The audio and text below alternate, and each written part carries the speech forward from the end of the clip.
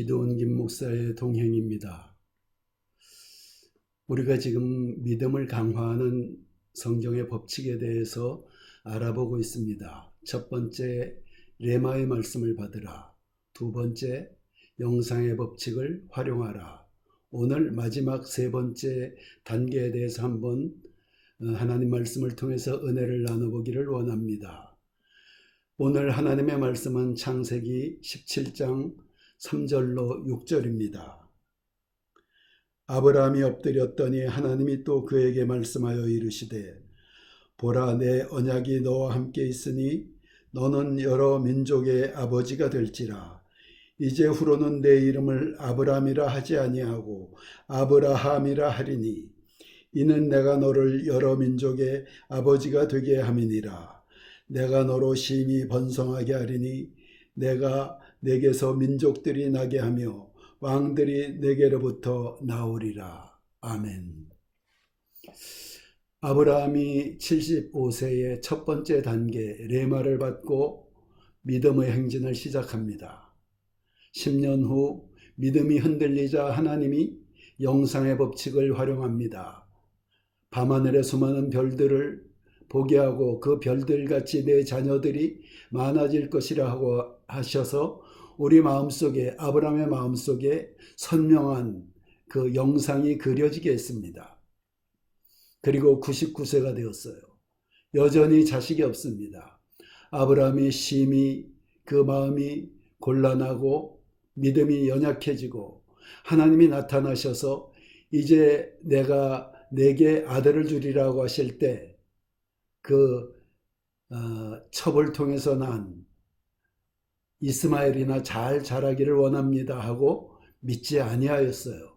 그때 하나님이 아브라함에게 내 이름을 바꾸라고 오늘 본문의 말씀을 하신 것입니다.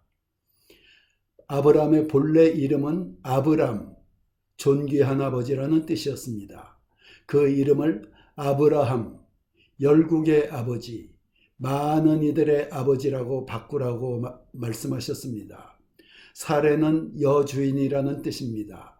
그 사레를 사라라고 바꾸라고 하셨습니다. 사라는 열국의 어머니, 많은 이들의 어머니라는 뜻입니다. 아브라함이 그 하나님이 이름을 바꾸라고 하신 말씀 이후에 1년 후에 마침내 약속대로 그 이삭을 낳게 됩니다.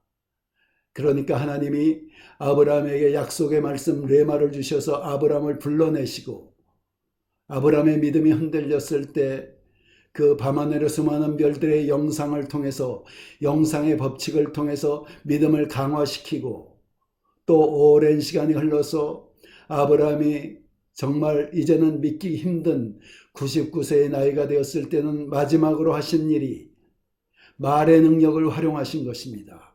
아브라함의 이름을 내가 열국의 아버지라고 부르게 하신 것입니다. 사레의 이름을 사라, 열국의 어머니라고 부르게 하신 것입니다.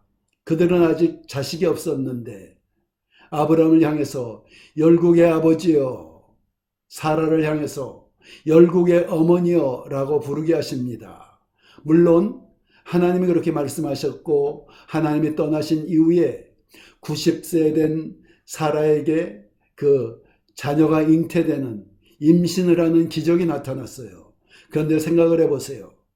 90세 된 사라가 그 임신을 했을 때 얼마나 여러 가지 생각이 많았겠습니까? 두려움이 있었겠습니까? 이 아이가 온전히 출산할 수가 있을까?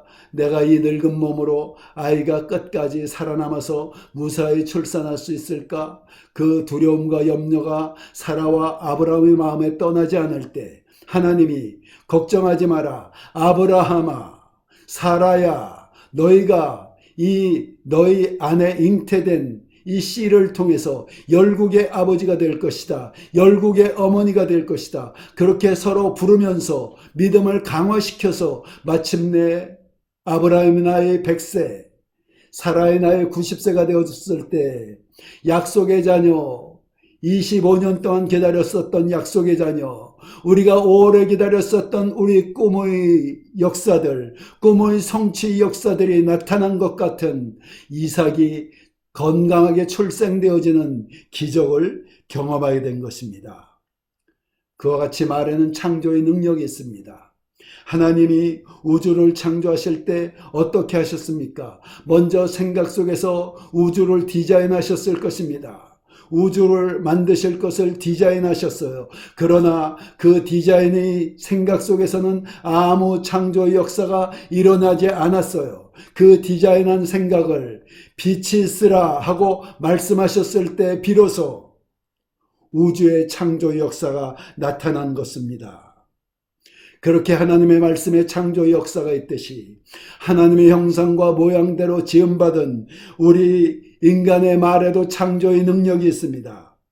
우리가 말을 하면 그 말이 내 자신을 변화시키고 내 자신을 강화시키고 내 자신의 믿음을 강화시키고 이웃을 변화시키고 이웃을 격려하고 이웃에게 능력과 기름 부으심과 이웃에게 그 은혜를 주고 이웃을 격려하고 이웃을 담대하게 하고 이웃을 일으켜 세우는 능력이 있고 우리가 말을 할 때 이 환경이 변화시키는 환경이 변화되어지는 놀라운 창조의 능력이 우리의 말에 주어진 것입니다.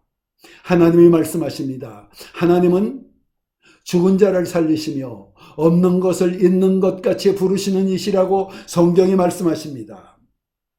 그러므로 우리도 없는 것을 있는 것 같이 불러야 되는 것입니다.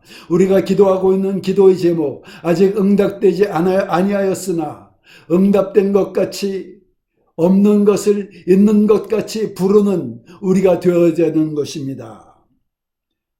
문제가 해결되었다고 아직 그 문제 속에 있음에도 불구하고 이미 해결되었다고 말하는 믿음의 선포가 있어야 되는 것입니다.